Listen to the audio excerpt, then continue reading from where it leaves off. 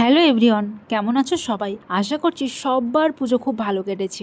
আমার কিন্তু এই বছর পুজো দেখা একদমই হয়নি। আমি পুজোর পঞ্চমী থেকে দশমী পর্যন্ত পুরোটাই আমি গিয়েছিলাম বাইরে ঘোরার জন্য, কারণ আমার বর্মশাই একদম ছুটি থাকে না। তো এই পুজোর সময় ছুটি পেয়েছি, তাই আমরা চলে গিয়েছিলাম সেকেন্ড হানিমুনে। একটু লং ট্যুর ছিল, তো সেই ভিডিও খুব শীঘ্রই আসবে। দশমীর দিন চলে এসেছিলাম, আর ওই দিনই আমরা বেরিয়েছিলাম একটু ঠাকুর দেখার জন্য। আর আমাদের বাড়ির পাশে একটা জায়গা রয়েছে, সেখানে রামসীতার মেলা হয়। তো সেখানে রথ হয়। আমি কোনোদিনও রথ দেখিনি, মানে রথ দেখেছি বলতে আষাঢ় মাসে যে জগন্নাথ দেবের রথ হয় সেটা দেখেছি।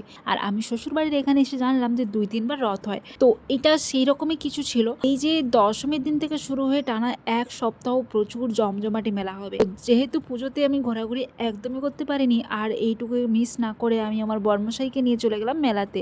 দেখো, এ টু জেড সমস্ত কিছু বিক্রি হচ্ছে, পাপোশ থেকে জামা কাপড়, সবজি, এছাড়া জাল আর বাঁশের সমস্ত কিছু, লোহার জিনিস, মানে সমস্ত কিছু। আর বিভিন্ন খাবারও রয়েছে, তো অনেক কিছু রাইডসও রয়েছে। আর এখানে বেসিক্যালি রাম সীতা লক্ষণের পুজো হচ্ছে মন্দিরের ভিতরে। আমি ভিডিওটা করিনি, আস্তে আস্তে তোমাদের সমস্ত ভিডিওগুলো শেয়ার করব।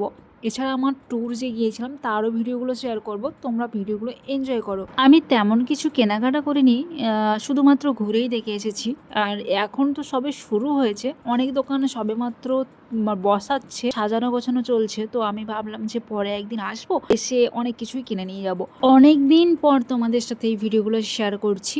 এবার থেকে কন্টিনিউ তোমাদের সাথে ভিডিওগুলো শেয়ার করার চেষ্টা করব।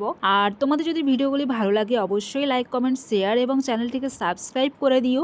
আর তোমরা আমার থেকে কি ধরনের ভিডিও এক্সপেক্ট করো সেটা অবশ্যই কমেন্টে জানিও। যদি আমার ভালো লাগে অবশ্যই সেই রকম ভিডিও দেওয়ার চেষ্টা করব।